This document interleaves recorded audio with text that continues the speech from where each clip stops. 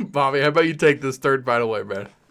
Yeah, so this next one we got Nate Landwehr, and Nate Landwehr is going to be going up against a Korean gentleman. That Korean gentleman's name is Kim Choi? Jong Un. No, I'm just kidding.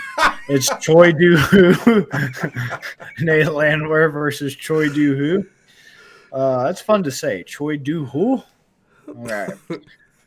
Yeah, Nate Landwehr, another guy. Very high on Nate Landwehr. Very exciting guy. Make no mistake about it, though. Once again, not aesthetically pleasing to watch his striking. Definitely a wild man, just swinging for the fences, just going after it. But just a very fun guy, very entertaining. When we did our favorite fighters, Nate Landwehr made the cut for me. He's one of my current top 5 favorite fighters at the moment. Just every fight, dude, win, lose, draw. The man is just electric, just like Brian Battle, pretty much like him and Brian Battle. The more I think about it, might be related, like long lost brothers or something. Both exciting, wild, crazy guys with power. Both really good on the mic. Both really good at fighting. That rare combination of they have a great personality, very charismatic, and also very effective in the octagon. Fun fact, Landwehr, even though he's an American guy, just like Movsar Evlov and a lot of other Russian fighters, spent a lot of time on M1. So I always thought that was interesting about Nate Landwehr, that he spent some time in M1 as an American guy, fighting in Central Europe and Eastern Asia and whatnot, like Movsar Evlov and the rest of those guys. So yeah, I just think Landwehr is great, man. I think he's really, like I said, not technically sound. Don't get me wrong. He's nothing. You're not going to write like a technical analysis of the guy offensively or defensively. He's not going to blow you away with some crazy, beautiful, technique that nobody's ever seen or it's underutilized or anything. But he's going to really get your attention. He's going to pressure you to the cage. He's going to make you respect his power. And he's tricky with his subs. People don't really look at him as a grappler, but it's because most of his subs that he's had, like his Anaconda over Ludovic Klein, which, man, how impressive is that you Yeah. choked out Ludovic Klein, man. It took him to round 3.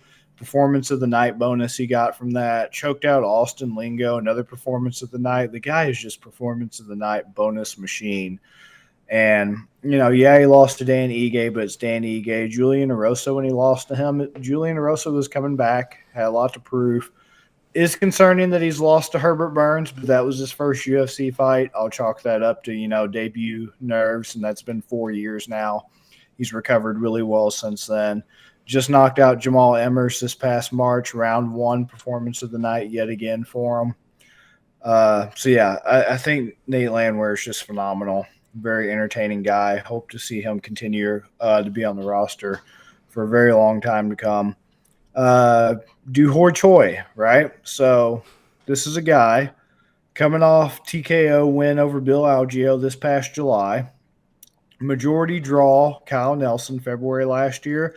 And then before that was very inactive. I think he might have had mandatory military service, kind of interrupt his career like Korean Zombie did when Korean Zombie was coming up. That might have been it. I'm trying to double check. I don't see.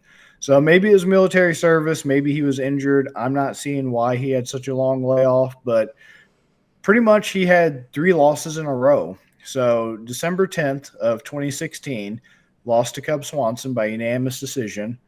2-year layoff, right? So 2-year layoff, didn't fight again until January of 2018, lost to Jeremy Stevens by TKO. Didn't fight until 2019, so almost another 2-year layoff because it's December 2019 before he fights. Loses to Charles Jourdain by TKO. Goes to a draw last February with Kyle Nelson. Only fights once that year. Only has fought once this year so far. This would be his second fight this year. So he's coming off 1 loss that he got. I mean, he's coming off 1 win, by TKO. He's got over Bill Algeo. But since 2016, he only has had 5 fights. This will be his 6th fight since 2016.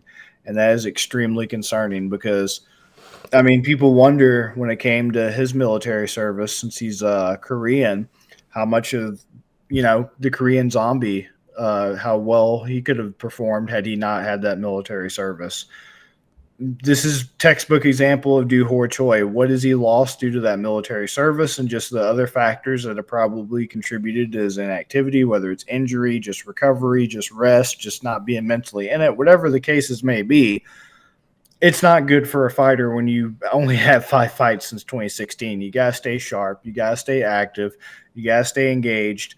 And if you don't use it, you lose it. And I know muscle memory helps it come back faster as opposed to if you never had it to begin with. But, I mean, if there's one thing Landwehr's had, he's had activity. 2 fights in 2023, already fought this past March, fought in 2022, fought in 2021. He's been pretty active, especially for a guy who goes out there as offensively minded as he is, just kind of careless, just kind of out there, just putting on entertaining fights. For him to be that active and that out there, you know, taking the punishment, giving out the punishment, very encouraging to see, very good to see.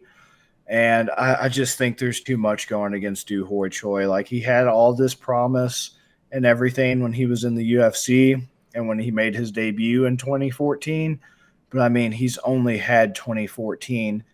And he fought once in 2014, once in 2015, and the most he's fought since being in the UFC is twice in 2016. I just don't see it. And especially when I'm getting Nate at these odds, I don't know what the odds makers are seeing with a guy this inactive and Doo-Ho Choi, because you're only getting Nate Landwehr at a minus 135 and Doo-Ho Choi's at a plus 114, and I don't know what I'm missing.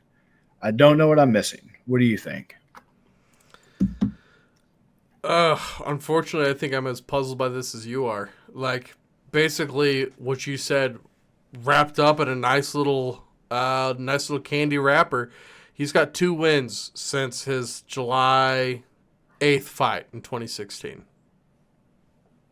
He's 2 wins since 2016. That's not good. One of those losses was to Charles Jourdain, which is the guy we've been fading and making a lot of money off picking against him lately.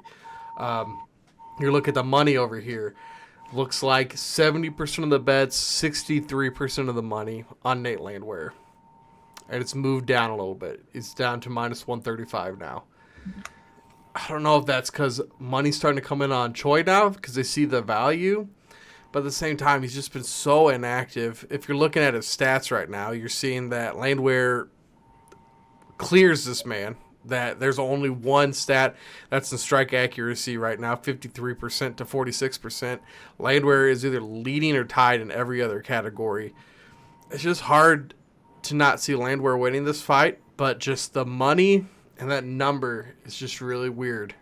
Part of it makes me wonder, like, if they are trying to make people galaxy brain this.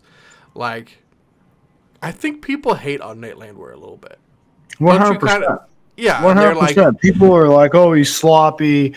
Oh, he's Right. this, he's that. Like, it's actually, you would think he has more fans by being as exciting as he is and as funny on the microphone. He actually doesn't. He doesn't No. have a lot of fans. He's 36, and maybe if you just look at the record, like 18-5, 15-4-1.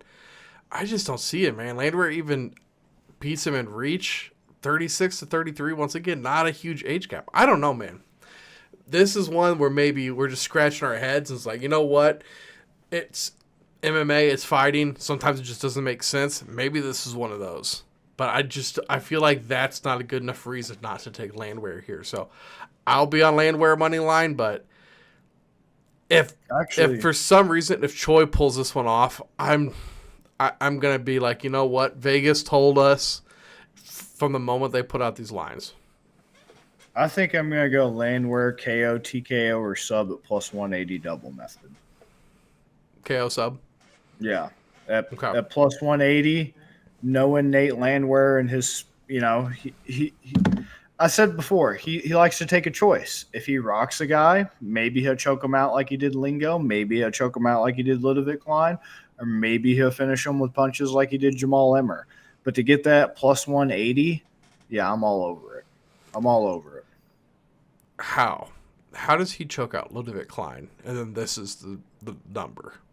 Yeah, I don't get it, man. I don't get it. Maybe Kim Jong-un is really who he's facing.